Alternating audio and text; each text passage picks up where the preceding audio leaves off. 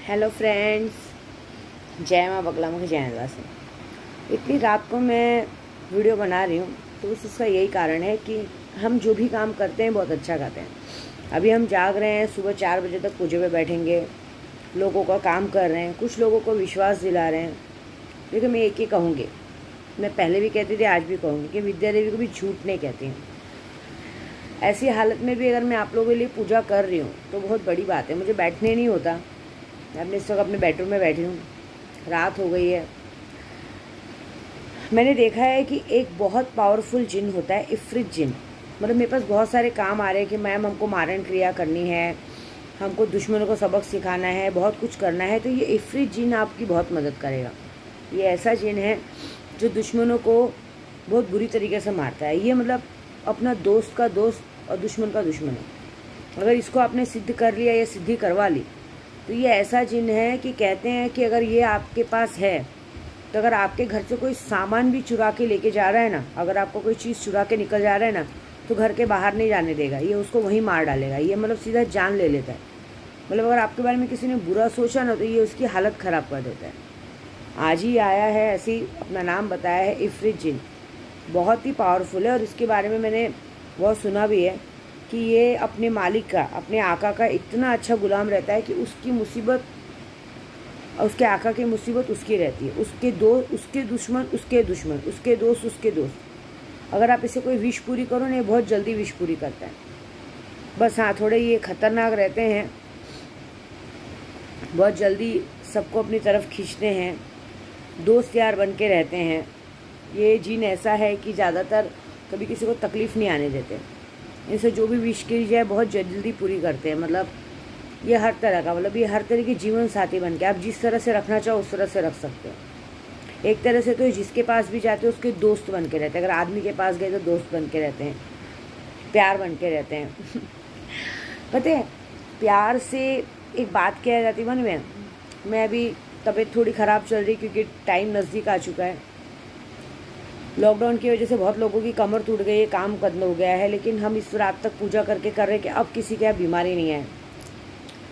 तो दोपहर में जब खाली बैठे रहते, मेरे केशव के पापा आ जाते हैं मेरे पास, क्योंकि वो मेरा दिन भर ध्यान रखते हैं।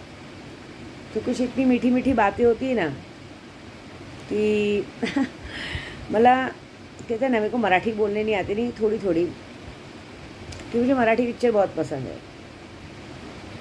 और वो मुझे चोर की नज़र से देखते रहते हैं कि मतलब चोरू नजरात बघतो।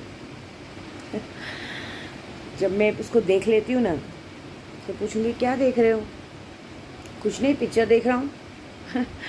लेकिन हमेशा याद आता है, बहुत प्यार से ऐसे, मतलब मैं ऐसी बैठी रहूँगी, उनकी आदत है मेरे पैरों पे पैर रख, मेरे पैरों के ऊपर मैं ऐसा बैठी रहती हूँ सोफे पे, तो मेरे पैरों पे अपना पैर ऐसा लेटे रहते हैं, पैरों पे पैर रखे रहते हैं।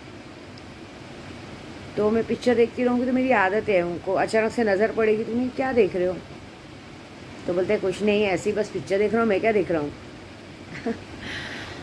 बहुत अच्छा लगता है वो पल कि मतलब चोर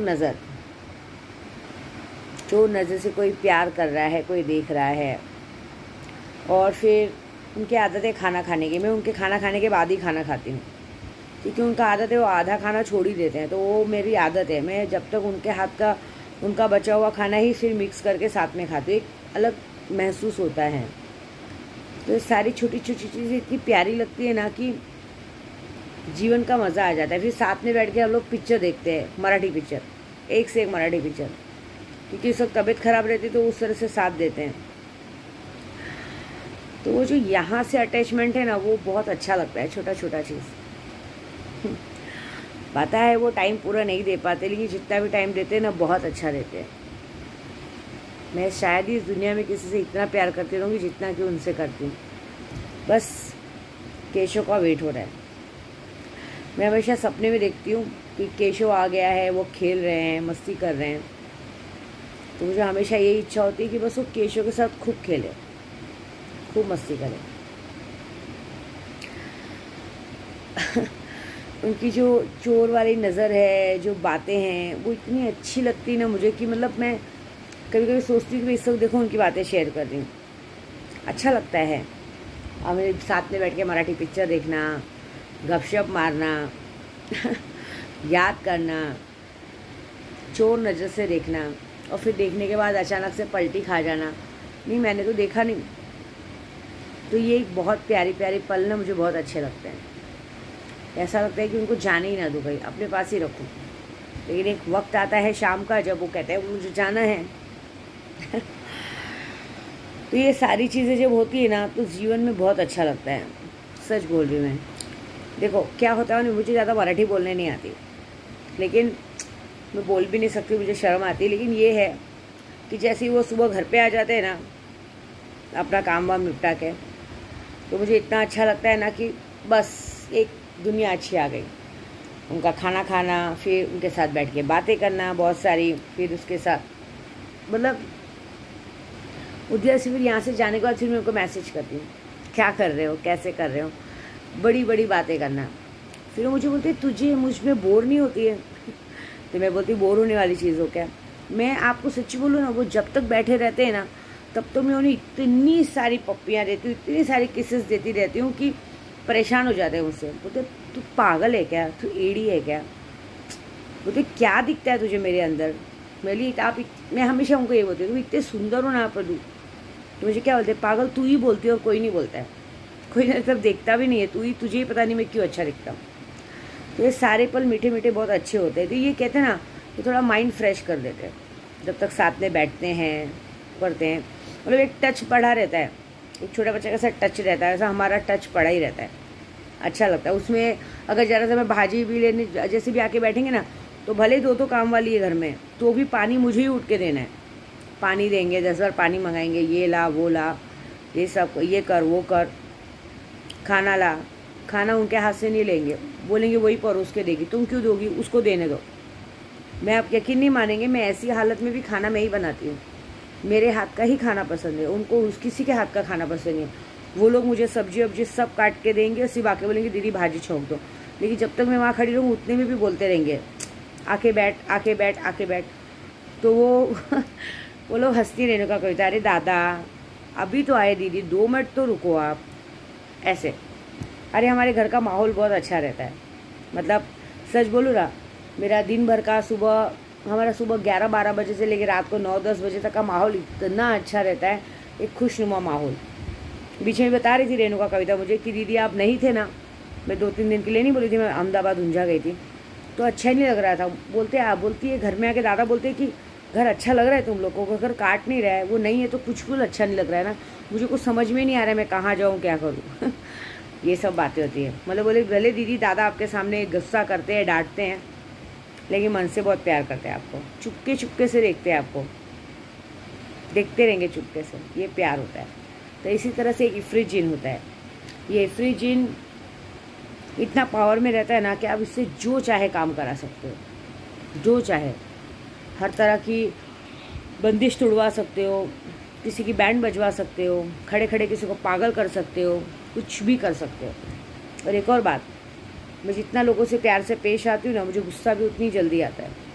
मैं यही कहती हूँ, इतनी रात को अगर बैठ के पूजा कर रही हूँ ना, तो समझ लो बहुत लोगों की बैंड बजने वाली है। कुछ लोग सच नहीं बता रहे हैं, गंदगी खाने की आदत है, अच्छी बात नहीं है। मुझे नहीं बताओगे तो कहीं और से पता चलेगा, क्या करोगे? मुझे सच जानना भी नहीं, अब जो होना है वो बहुत अच्छा होगा। लेकिन ये है कि विद्या देवी जो शक्तियाँ सिद्ध करके देती है ना, और विद्या देवी की ताकत ही शक्ति है, मेरी ताकत शक्ति है। मैंने अपनी शक्तियों से कहा कि कुछ लोग मुझे भगाना चाहते हैं बुराई से, कुछ मेरा नाम खराब करना चाहते हैं।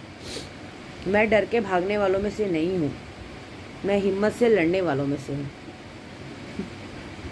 भगाया उनको जाता है ना जिनका नसीब खराब हो। मैंने 0 से 100 नंबर तक आना सीखा है।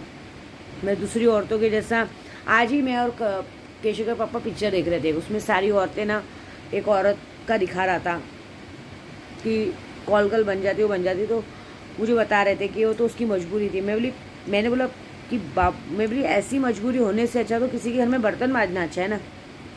देखो आज हम पूजा पाठ ज़रूर करते हैं, लेकिन एक इज्जत की ज़िंदगी है। कोई प्यार का नाम लेकर हर किसी को तुम्हारा बहाना से तुम्हारी इज्जत ले ले, क्या फ़ायदा है ऐसी ज़िंदगी का? ऐसी ज़िंदगी से अच्छा तो बर्तन मांजना अच्छा है। इज्जत की रोटी खाओ और अच्छे से जियो। और मैं अपनी शक्तियों पे उड़ती हूँ, मैं झूठ नहीं बोलूँगी।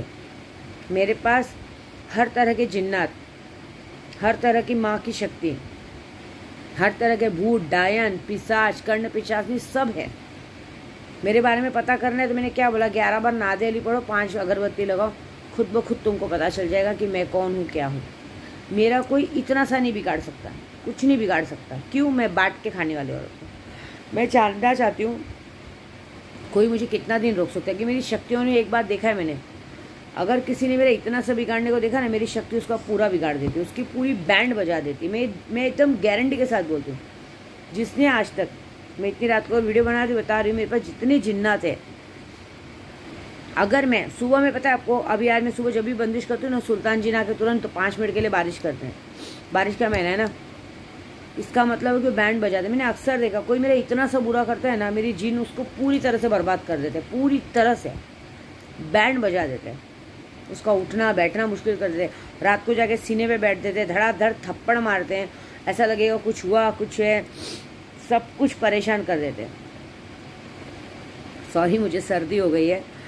तो ये सारा कुछ ना जिन्नात करते हैं, जिन, परी। मेरे पास एक से एक परी है, एक से एक सब कुछ, ऐसी ऐसी शक्तियाँ हैं ना जो किसी के पास नहीं है।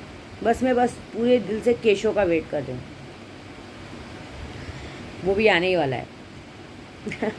फिर हमारा परिवार पूरा हो जाएगा, फिर तो केशव के पापा ही बिजी हो जाएंगे। मैं तो यही कही कि केशव आने पे तुम तो मुझे इतना लाड करने वाले हो नहीं, ऐसे तो दिन भर लाड करते रहते हो। तो बोलते ऐसा थोड़ी ना है, देखा जाएगा तब का तब। तो बस यही है, शक्तियों को कम मत समझो। और मैं एक ही बात बोलूँगी, विद्या देवी को ना उल्टा बोलो ना पंगा लो, क्योंकि मैं बहुत प्यार से पेश आती हूँ, लेकिन अंदर सुराख की तरह से घुसती हूँ और ब्लास्ट कर देती हूँ। ये बात समझ लेना। मुझे छोटी मोटी हस्ती मत समझना। मैं अच्छों के लिए बहुत अच्छी हूँ और बुरों के लिए महाकाल का रूप हूँ। जय माता दी।